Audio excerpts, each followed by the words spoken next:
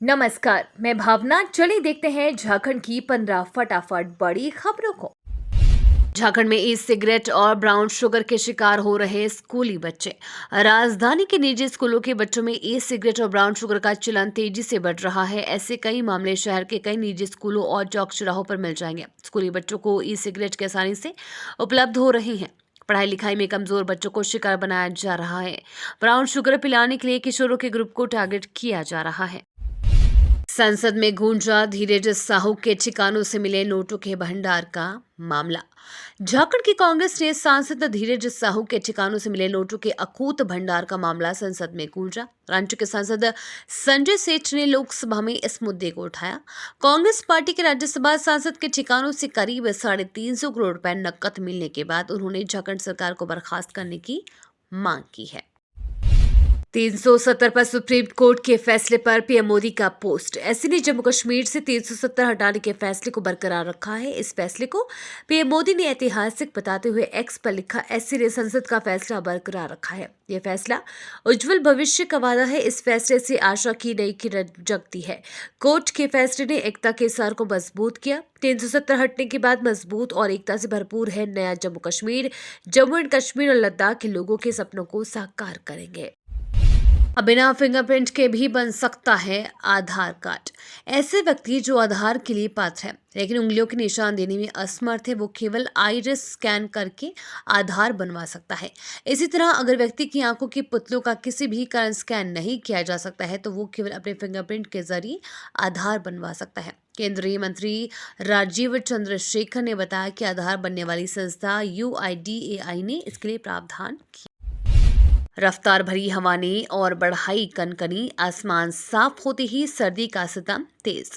राजधानी समेत झारखंड में आसमान साफ होते ही पश्चिम से आने वाली सर्द हवा ने कनकनी बढ़ा दी है। शहर में 15 किलोमीटर की गति से ठंडी हवा चली। विशेषज्ञ का कहना है कि जैसे ही ठंडी हवा हमारे शरीर में बहती है वो हमारे द्वारा स्वाभाविक रूप से उत्सर्जित होने वाली गर्मी को सोख लेती है।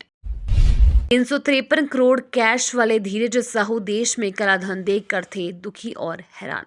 कांग्रेस के राज्यसभा सांसद धीरज साहू के ठिकानों से मिले कैश का भंडार देखकर पूरा देश हैरान है। धीरज साहू के झारखंड से उड़ीसा तक फैले साम्राज्य पर इनकम टैक्स डिपार्टमेंट की छापेमारी में 353 करोड़ की नकदी बरामद की गई है। इस बीच सांसद का 1 साल पुराना एक ट्वीट भी वायरल हो रहा है जिसमें उन्होंने खुद को देश में कालेधन को लेकर दुख जताया था और हैरानी जाहिर की थी कि लोग इतना कालाधन कैसे जमा कर लेते हैं।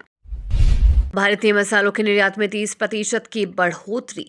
स्पाइसेस बोर्ड ऑफ इंडिया के मुताबिक भारत के मसालों के निर्यात में 30% की बढ़ोतरी हुई है। मसालों का उत्पादन 7% प्रति वर्ष और पैदावार का इलाका 4.4 प्रति वर्ष के हिसाब से बढ़ा है। मसालों के ग्लोबल कारोबार में भारत का हिस्सा 43% से ज्यादा हो चुका है। भारत ने 2021-22 में करीब 4.1 अरब डॉलर के 15 लाख टन मसालों का निर्यात किया और उत्पादन क्षमता में 1.63 प्रति हेक्टेयर से बढ़कर 2.5 टन प्रति हेक्टेयर को हो गया है।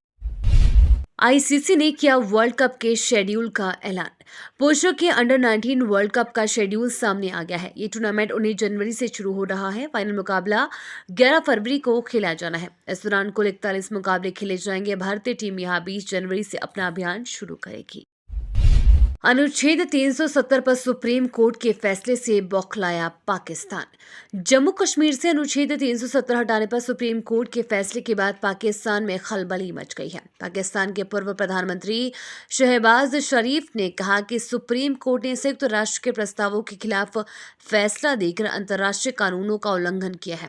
शहबाज ने कहा कि अदालत ने लाखों कश्मीरियों के बलिदान को धोखा दिया है और इस फैसले को न्याय की हत्या को मान्यता देने के तौर पर देखा जाएगा। केंद्र सरकार का बड़ा फैसला, सस्ता होगा पशुओं का चारा।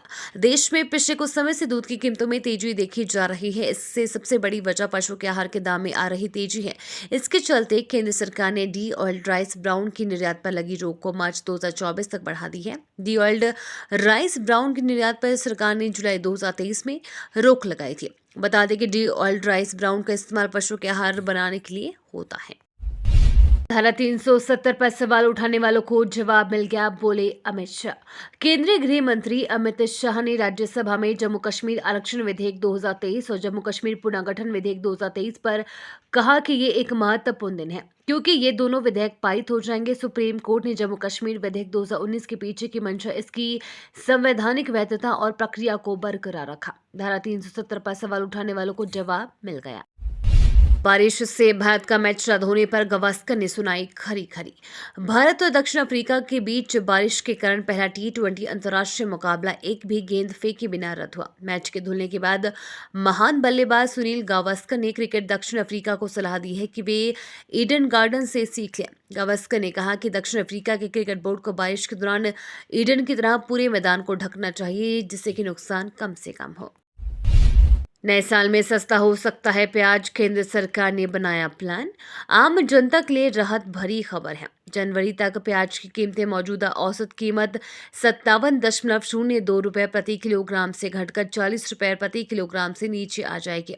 सरकार ने राष्ट्रीय राजधानी दिल्ली में प्याज की खुदरा की बिक्री कीमत 80 रुपये प्रति किलोग्राम को पार करने और मंडियों में कीमतें 60 रुपये प्रति किलोग्राम के आसपास रहने के बाद पिछले हफ्ते अगले साल मार्च तक प्याज के निर्यात पर प्रतिबंध लगा दिया था।